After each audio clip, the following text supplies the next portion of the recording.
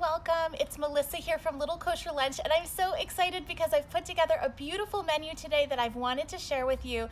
This is a requested video about a Shavuot dairy meal, basically a meal with no meat, but featuring milk, dairy, yogurt, dairy desserts. So I've put together 3 courses that I wanted to share with you as a sample of something you might consider sharing with your friends or family during Shavuot, which is a celebration of the holiday when Moses went up to Mount Sinai and came back down with the 10 Commandments. So there's a lot of different things that we can say about this holiday, but one is that Jews celebrate by eating dairy, which could be interpreted as consuming milk and honey, like the Promised Land is described as the land of milk and honey. So often you'll see people serving and making cheesecakes or other sweet dairy desserts, or eating a full dairy meal as I'm preparing for you today. Since I'm a mom of young kids, and since we are Reformed Jews and we're so observant, this is not a routine that I do every year, but now that my children are in a Jewish day school, I do think it's nice to also learn new things as a mom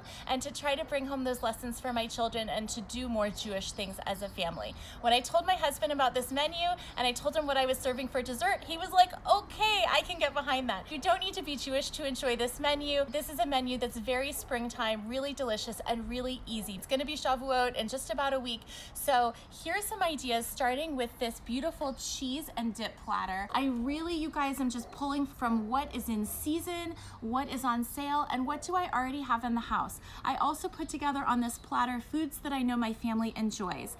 The most special thing here are these fava beans, and I actually just did a video on my other channel about shelling fava beans with my youngest daughter. These are a beautiful seasonal vegetable. I just blanched these quickly in water, but they are a little bit laborious to shell, so that's my one caveat. They do make this platter really special though. And I've paired them. You can make little canapes or just eat this like a salad with a slice of this fresh goat cheese. I also have put out, for people who don't want to overdo it on the dairy, this is a jarred eggplant spread that I buy at my local market. It's delicious. I have sesame crackers and digestive crackers here. And since my kids love it and it gives them life, I put ranch on here. My kids love ranch. So you can pair this with any vegetables that you like. You could do a small salad, you could do a tabbouleh salad, you could do a whole spread. You can make it more simple or more elaborate depending upon your needs. For my second course, I went super simple. I actually have a religious neighbor friend down the street, and I always ask her these questions about Jewish holidays. I'm like, Shoshi, what do you serve for Shavuot? And she's like, I don't know. It could be vodka sauce with noodles, it could be pizza. You know, your dairy meal could be any number of things that your family enjoys. So I took a page from Shoshi's book and I decided to make noodles with vodka sauce, and this is just as simple as boiling up the noodles that your family enjoys and opening a jar of sauce. Shavuot is tied to the first harvest of the wheat harvest, and so for that reason I'm featuring grains, and I also have these fun vintage dishes that I love. I usually use them in the fall for like fall harvest holidays or Thanksgiving, but I got them out because Shavuot does have a sort of affiliation with wheat and the wheat harvest. And so I'm serving my pasta course on these wheat dishes. I literally just boiled the noodles and poured the sauce. I sprinkled a little bit of parsley to make it more beautiful. You do whatever suits your family, but this is a really easy way to incorporate dairy into your meal for Shavuot. When it comes to Shavuot desserts, there are so many great ideas and recommendations out there. Obviously, cheesecake is a great option, especially if you're attending a function where it's a potluck or it's a dessert buffet. You're bound to see cheesecake there. Blintzes are another favorite, and I've got to say, I love the frozen blintzes. I have them in my freezer at all times, and I love doing a blintz casserole. For tonight's menu, since I have in my garden a very robust lemon tree, I decided to make a family favorite. I picked up a crust at the grocery store and put together with just a couple of ingredients my lemon icebox pie.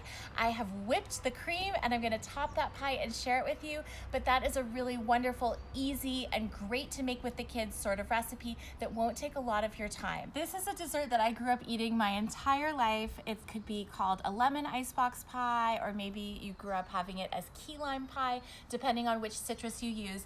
Since we have so many lemons, I'm just really pulling from what I have, and this is like a 3-ingredient pie. I bought the crust, and in the pie is sweetened condensed milk, lemon juice, and egg yolks. This just went in the oven for 30 minutes, and then my family's favorite, the whipped cream. So I'm just gonna top this pie real quick.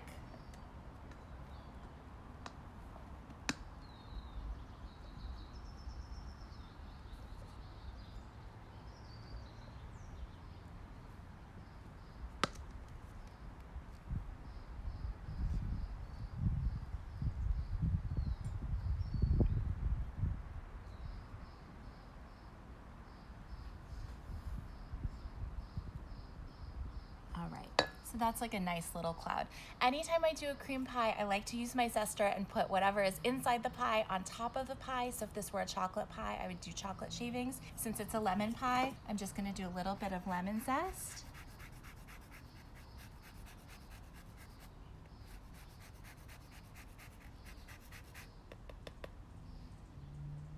I'm pretty sure no one's gonna complain. Anyway, I hope that you enjoyed this inspiration for your Shavuot meal. If you observe, I hope that you have a wonderful holiday, meaningful learning, and time with your family. We are such fortunate people here in California. Lemons on our tree, we have tomatoes on our bush, a robust refrigerator full of all of these good foods.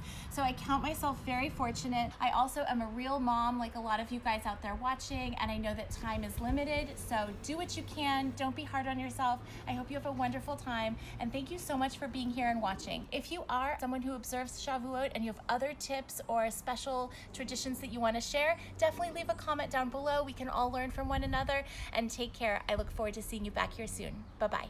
Thank you. It is for you. Uh-oh, we need to get some more.